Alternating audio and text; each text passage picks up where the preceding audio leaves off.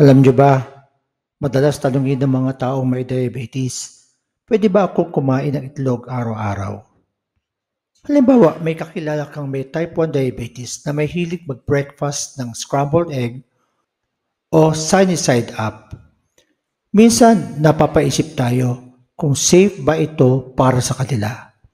Kaya ngayon, pag-uusapan natin ang epekto ng itlog sa may mga type 1 diabetes at kung paano ito dapat kainin ng tama.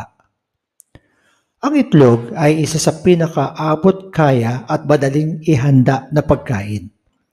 Mayaman ito sa protein, may healthy fats, at halos walang carbohydrates.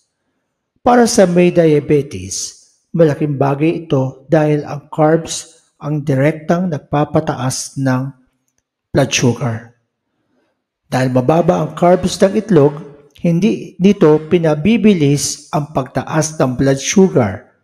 Kaya maraming eksperto ang nagsasabing safe itong isama sa pagkain ng taong may type 1 diabetes. Ayon sa mga pinakabagong pag-aaral, ang regular na pagkain ng itlog ay hindi nagpapalala ng blood sugar control at hindi rin nagpapataas ng risk ng heart disease, basta't kasama sa balanced diet.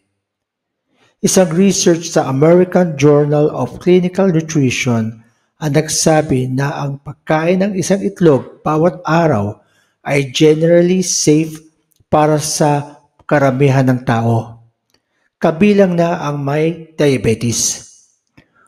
Bukod dito, nakakatulong din ang itlog sa pakiramdam ng kabusugan. Dahil mataas ang protein, mas matagal bago ka magutom ulit. Sa mga may diabetes, nakakatulong ito para hindi sobra ang nakakain at mas kontrolado ang calorie intake. Pero may dapat pa ring bantayan. Ang yolk ng itlog o dilaw ay mataas sa kolesterol.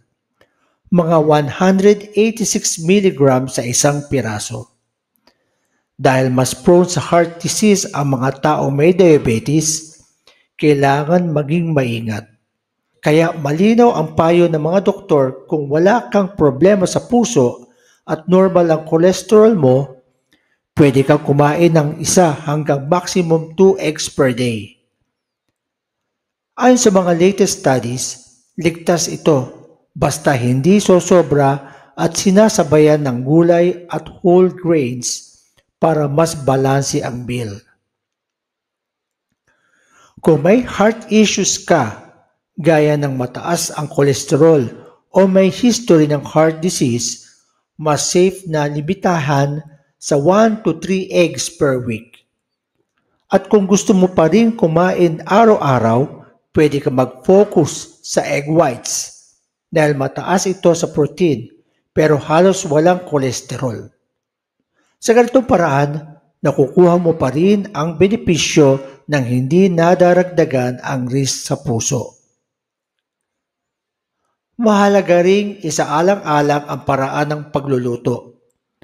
Mas mainam ang boiled, poached, or air-fried na may coating olive oil kaysa deep-fried o laging may maraming mantika.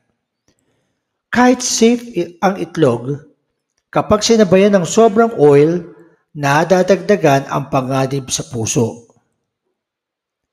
Kung gusto mo ng practical meal ideas, narito ang ilang halimbawa.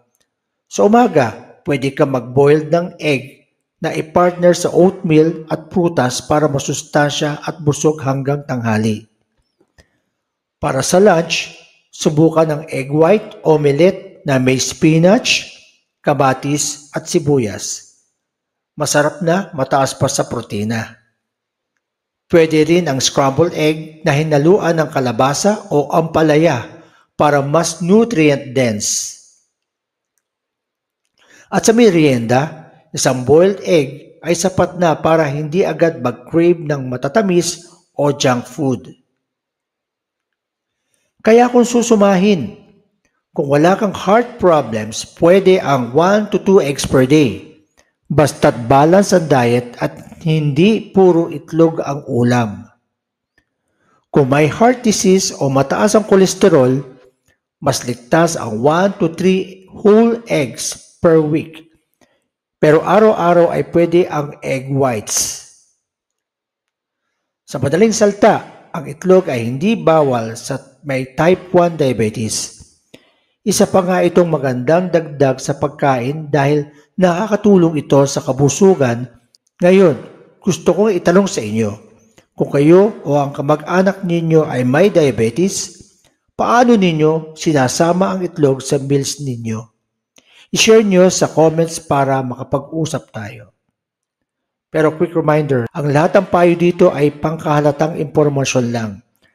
Para sa personalized na gabay, lalo na kung may iba ka pang sakit o iniinom na gamot, kumonsulta sa iyong doktor o dietitian.